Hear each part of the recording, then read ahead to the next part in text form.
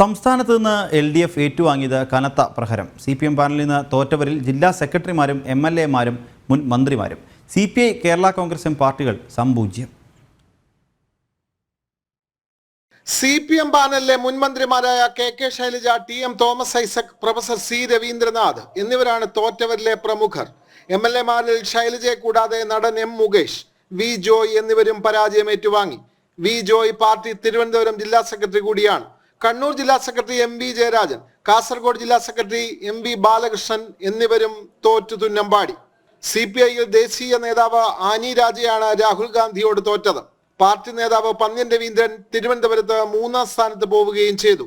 കേരള കോൺഗ്രസ് മാണി ഗ്രൂപ്പിന്റെ ഏക ലോക്സഭാ MP ആയിരുന്ന തോമസ് ചാഴിക്കാടനും തോൽവിയോടെ സംപൂജ്യമായി. ഇതുകൂടാതെ CPM കോട്ടകളും തകർന്നടിഞ്ഞു.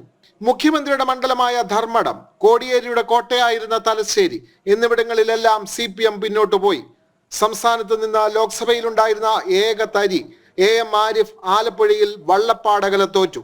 എങ്കിലും ആലത്തൂരിൽ K രാധാകൃഷ്ണനിലൂടെ തരി നിലനിർത്തിയെന്ന് പാർട്ടിക്ക് ആശ്വസിക്കാം. തോൽവിയെല്ലാം കൂലങ്കഷമായി ചർച്ച ചെയ്യുമെന്നാണ് പാർട്ടി സെക്രട്ടറി MV ഗോവിന്ദൻ പറഞ്ഞത്. ഞങ്ങൾ ഇതുപോലെ വലിയ തോൽവി ഏറ്റുവാങ്ങാനിടയായിട്ടുള്ള കാര്യങ്ങൾ ഉൾപ്പെടെ എല്ലാം വിശദമായ പരിശോധനയ്ക്ക് വിധേയപ്പെടുത്തേണ്ടതുണ്ട്. തോൽവി ഞങ്ങൾ അംഗീകരിക്കുകയാണ്. ലോക്സഭയിലെ വമ്പൻ തോൽവിക്ക് പിന്നാലെ രാജ്യസഭാ സീറ്റിലെ തർക്കമാകും ഇനി LDF-ൽ വലിയ തലവേദനയായി മാറുക. ജനം, തിരുവനന്തപുരം.